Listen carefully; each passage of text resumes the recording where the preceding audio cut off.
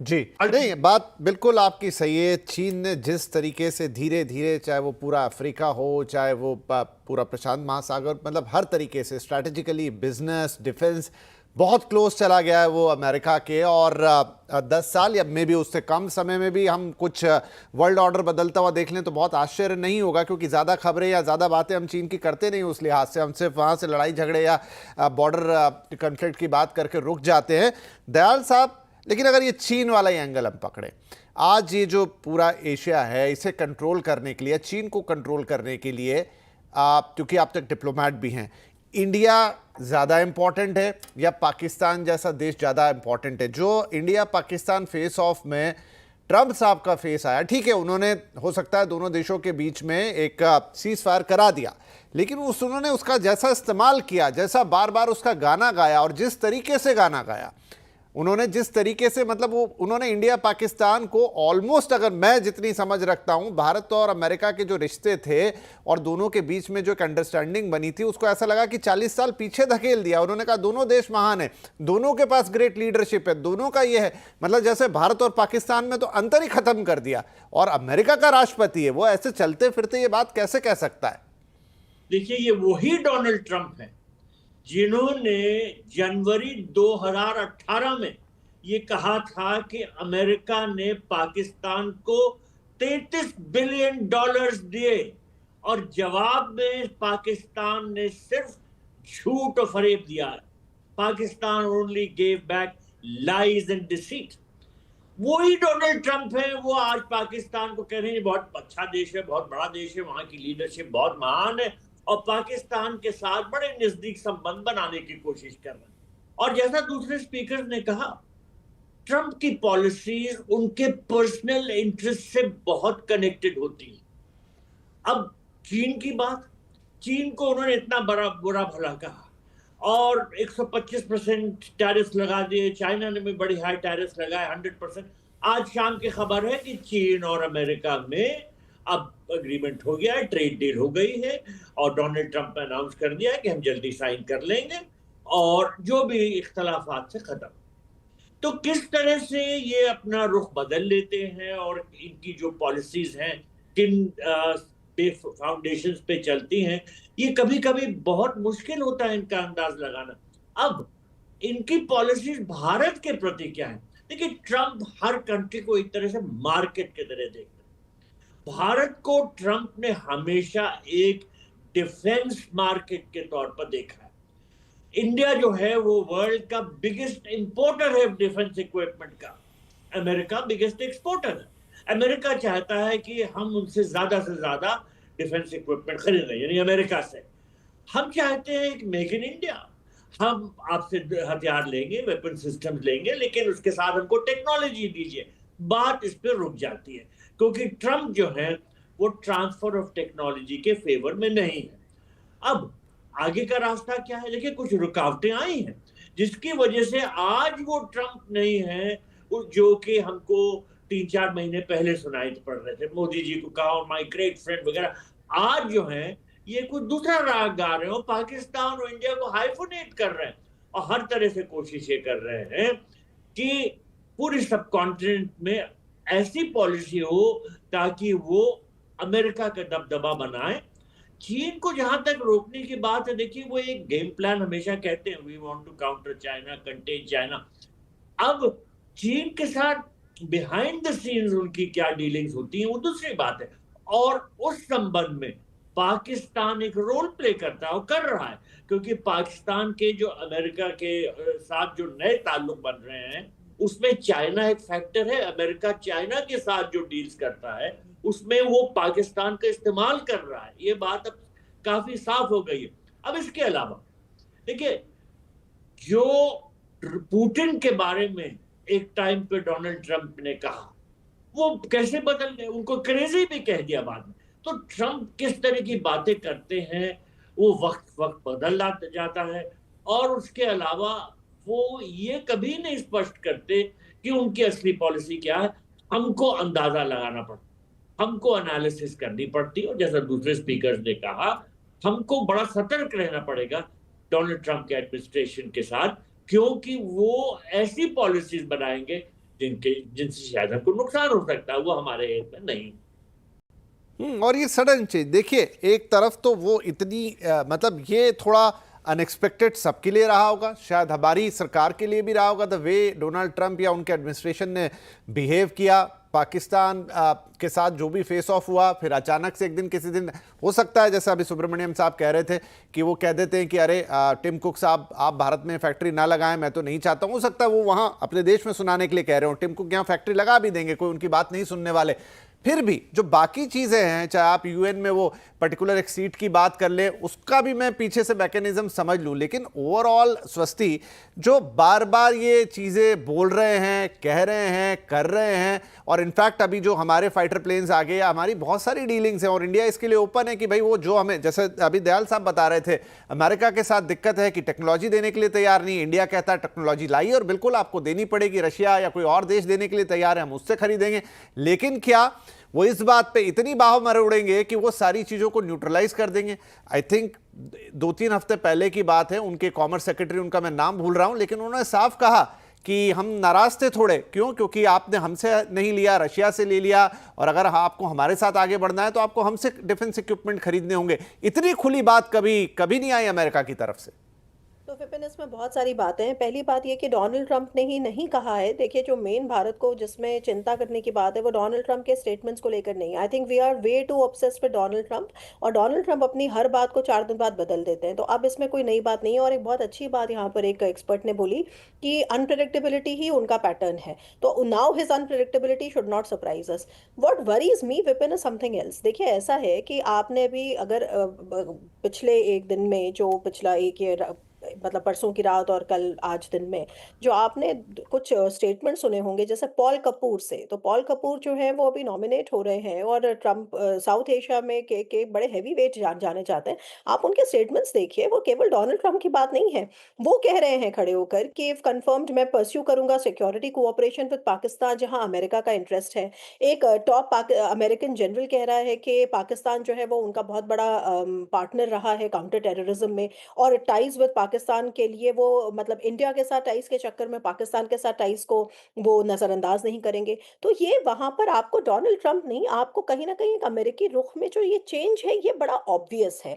और अगर हम इस राइटिंग ऑन द वॉल को नहीं पढ़ें, और जैसा कि दयाल साहब कह रहे थे कि हम अगर उसके लिए सही समय पे प्रेपरेशन नहीं करेंगे, तो we are going to be caught on the wrong foot. ये बात बिल्कुल सही है, और ये बात सब लोगों के जो प्रेडिक्शंस थे उसके कहीं ना कहीं अगेंस्ट है, कि वही डोनाल्ड ट्रंप जिन्होंने क्वाड में एक नई जान फूंकी, इंडो पैसिफिक के पूरे कॉन्स्ट्रक्ट में एक जियोपॉलिटिकल एक तेजी लेकर आए, वो ही आज के टाइम पे इस तरह की बात कर रहे हैं। तो जरूर यहाँ पे थोड़ा वरी करने की जरूरत है। मैं ऐसा नहीं कहूंगी कि नहीं, डोनाल्ड ट्रंप की बातें तो हर 4 दिन पे बदलती रहती हैं। बहुत सारी कंसिस्टेंटली ऐसी चीजें हमको दिखती हैं जहां पर हमें ये वरी करना चाहिए। जहां तक ट्रेड डील की बात है, देखिए भारत ने अपनी तरफ से बहुत कंसेशंस किए हैं, लेकिन अभी जब, और आप जिनको रेफर कर रहे थे, जो वो जो उनके टीम के, वो स्कॉट बेसेंट उनका नाम है, जिन्होंने कहा था कि उनको इंडिया जो है वो रशिया से वेपन्स खरीदता है। तो ये जो आप बात कर रहे थे उसके संदर्भ में मैं बता रही हूँ। और टिपिकली जहां तक ट्रेड डील वगैरह की बात है, देखिए हम ऑलरेडी कन्वे कर चुके हैं ये यूएस एडमिनिस्ट्रेशन को कि हम कैसे इस ट्रेड सरप्लस को कम करेंगे, किस प्रकार हम और खरीदारी करेंगे। हम मिलिट्री भी इक्विपमेंट उनसे खरीद रहे हैं, लेकिन कुछ चीजें हैं जहां पर हमारे लिए भी एक तरह का एक सिचुएशन डिफिकल्ट हो जाती है। वो इसलिए नहीं कि हमको सप्लाई कौन कर रहा है। देखिए, कई बार जब हम डिफेंस इक्विपमेंट के एक्विजिशन की बात करते हैं, तो वो ऐसा लगता है कि एक बाजार है और बाजार में से हम कुछ कुछ सामान कहीं कहीं से खरीद लें, और ताकि हम एक बैलेंस तरीके से काम चलाएं। और ये भी कई बार दिया जाता है लॉजिक कि हम अगर डाइवर्सिफाइड रखेंगे तो एक ने नहीं दिया तो दूसरा दे देगा। देखिए, जिस तरह से और जिस डायरेक्शन में फ्यूचर वॉरफेयर जा रहा है, ये टेक्नोलॉजिकल इनोवेशन की बात है, और टेक्नोलॉजिकल इनोवेशन इस बात के लिए हमें फोर्स करता है, बाध्य करता है कि हमारी इंटरऑपरेबिलिटी परफेक्ट हो। तो यहाँ पे केवल ये बात नहीं है कि हमें रशिया ने नहीं दिया तो फ्रांस दे देगा, फ्रांस नहीं देगा तो रशिया या अमेरिका दे देगा।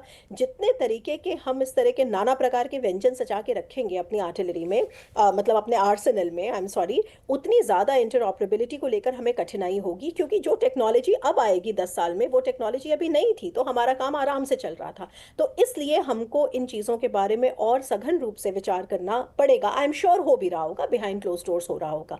और लास्टली बस मैं एक बात ये बोलूंगी कि डोनाल्ड ट्रंप का जो एरा है, मैं सहमत हूँ इस बात से कि अमेरिका इंडिया का इंपॉर्टेंट स्ट्रेटेजिक पार्टनर है।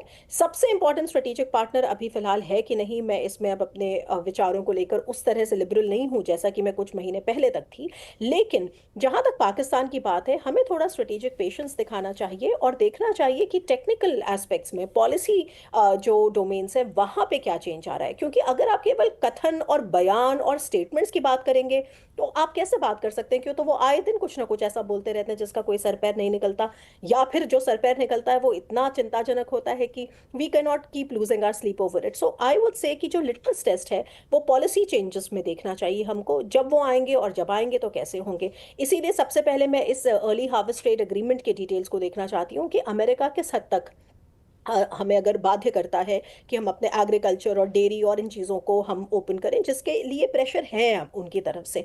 तो इन चीज़ों को देखकर मैं एक बेहतर तरीके से इसको आर्ग्यू कर सकती हूँ कि एग्जैक्टली चेंज किस लेवल पे हो रहा है, वरना इस वक्त तो बहुत सारी बातें हवा में दिखाई पड़ती हैं।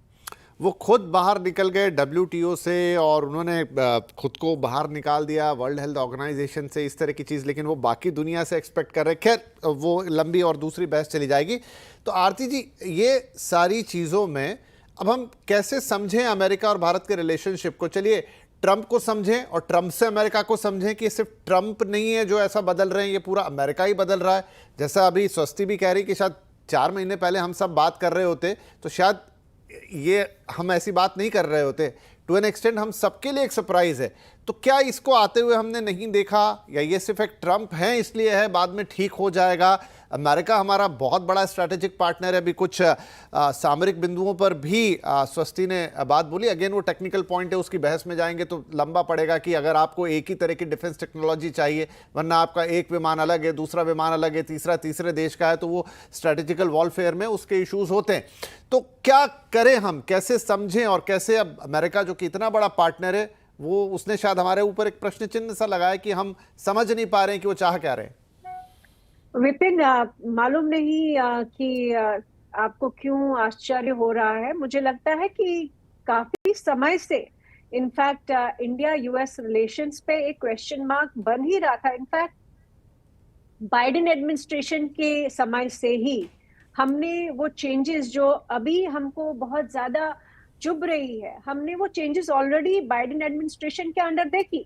खालिस्तान का इशू पे जिस तरह से उन्होंने इतना बड़ा स्टेप उठाया कि हमारे नेशनल सिक्योरिटी एडवाइजर का नाम एक केस में आया, और उसमें वो सिर्फ वहीं तक नहीं रुके, लगातार प्रेशर बनाते रहे। कनाडा ने प्रेशर बनाया, फाइव आइज ने प्रेशर बनाया, और हमने देखा कि बाइडेन एडमिनिस्ट्रेशन के टाइम पर ही हमारे उनके रिलेशनशिप में एक तनाव आ गया था।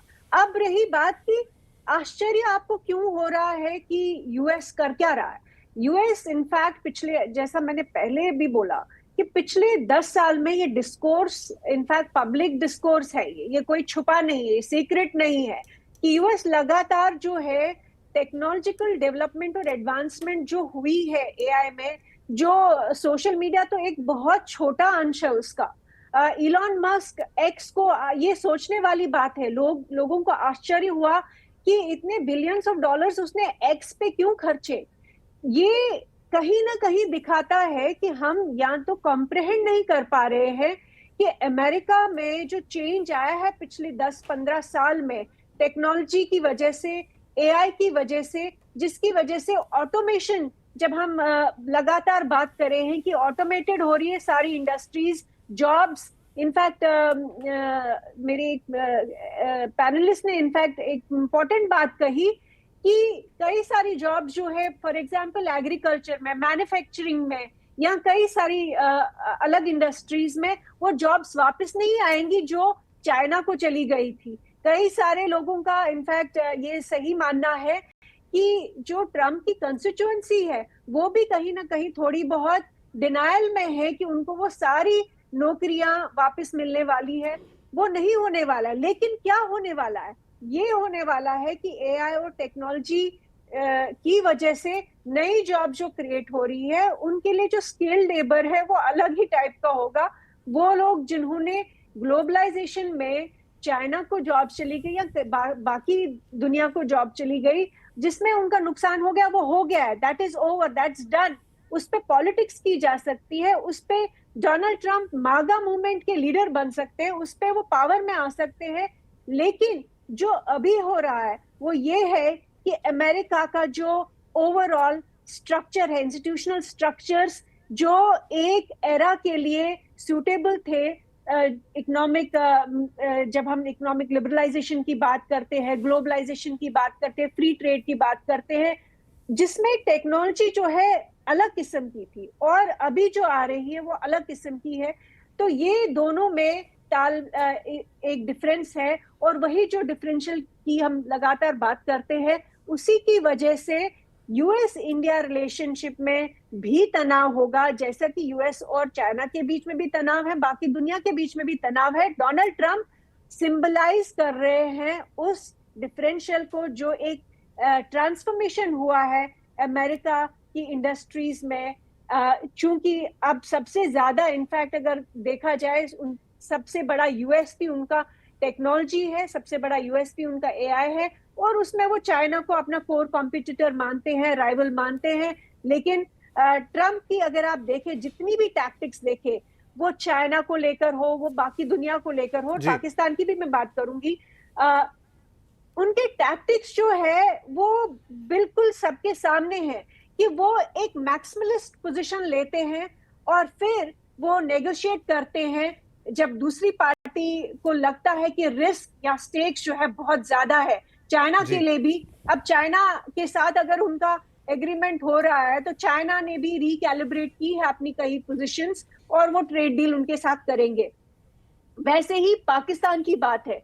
जब हम कहते हैं कि डोनाल्ड ट्रंप पाकिस्तान के अगेंस्ट बोलते थे, बिल्कुल बोलते थे, वो तो कई सारे प्रेसिडेंट्स बोलते आ रहे हैं यूएस के। लेकिन साथ ही साथ हमें ये भी मालूम है कि वो बिल क्लिंटन हो या बराक ओबामा हो या जॉर्ज बुश हो, बेशक कि वो पाकिस्तान को एपिसेंटर ऑफ टेरर मानते थे, लेकिन साथ ही साथ में वो पाकिस्तान के साथ लगातार कोलैबोरेट करते रहे।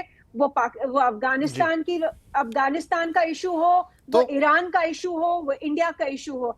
इनफैक्ट बहुत लंबे समय तक अफगानिस्तान, पाकिस्तान, इंडिया जो है वो हाइफिनेटेड था। और अगर हमको लगता है कि अचानक से जो है वो इररेलेवेंट हो जाएगा पाकिस्तान, तो मुझे लगता है हम लोग भी बहुत भूल कर चुके हैं, डिल्यूशनल हो गए। इररेलेवेंट तो नहीं होगा, लेकिन अब वो हमें प्रोपेगेंडा के विक्टिम्स है। ठीक है, इररिलेवेंट तो नहीं होगा, आपकी बात बिल्कुल सही है। और वो नोटिस भी की जा सकती कि हमेशा पाकिस्तान उनको भले ही वो 50 बातें कहें, उसे एपिसेंटर ऑफ टेरर माने, लेकिन उनके लिए एक स्ट्रेटेजिक लोकेशन है एशिया में और वो उसको भुनाते भी हैं, उसको कंसीडर भी करते हैं। लेकिन उसको इक्वेट करने जैसी सिचुएशन शायद मैंने भी पहली बार देखी है पिछले 15-20 सालों में, जहां वो इस लेवल पे जाके, वो हो सकता है डोनाल्ड ट्रंप का अपना एक तरीका है या कोई उनकी अपनी सोच है कि वो जाके चीज़ों को इक्वेट ही कर दें, या जैसा आपने थोड़ी देर पहले कहा था कि उन्होंने ओपन कर दिया कि जाओ मैं तो यही बोलूँगा, आप क्या कर सकते हो करो। पर आपने जो एक नया एंगल दिया यहाँ पे कि टेक्नोलॉजी बदल गई है, उनका सोशल मीडिया, उनका एआई, क्या वो उस कड़ी का हिस्सा है जो अभी हमें शायद उतनी साफ नहीं दिखाई दे रही, वहाँ से वो पूरा टर्न अराउंड देख रहे हैं। हालांकि उसमें मुझे लगता है इंडिया अब भी सोशल मीडिया में, तो अगर मैं बात करूं तो उनकी जो तमाम मेटा से लेकर गूगल और YouTube and all those things, उसका तो सबसे बड़ा मार्केट हिंदुस्तान है। चीन तो चलने नहीं देता, दूसरे और देश बहुत छोटे हैं इन टर्म्स ऑफ पॉपुलेशन, सबसे बड़ा मार्केट तो इंडिया ही है। तो ये कुछ और इकोनॉमिक्स है। एक छोटा ब्रेक ले रहे हैं, ब्रेक के बाद सुब्रमण्यम साहब हमें वो इकोनॉमिक्स समझाएंगे कि जो आरती मैम ने जो बात कही है वो इकोनॉमिक्स कैसे काम करेंगे। क्या वही तो धुरी नहीं है जो हमें अभी उतनी साफ नहीं दिख रही, लेकिन आगे चल के जैसे जैसे धुंध हटेगी तो लगेगा यही सब कुछ है। छोटा ब्रेक, ब्रेक के बाद बातचीत आगे।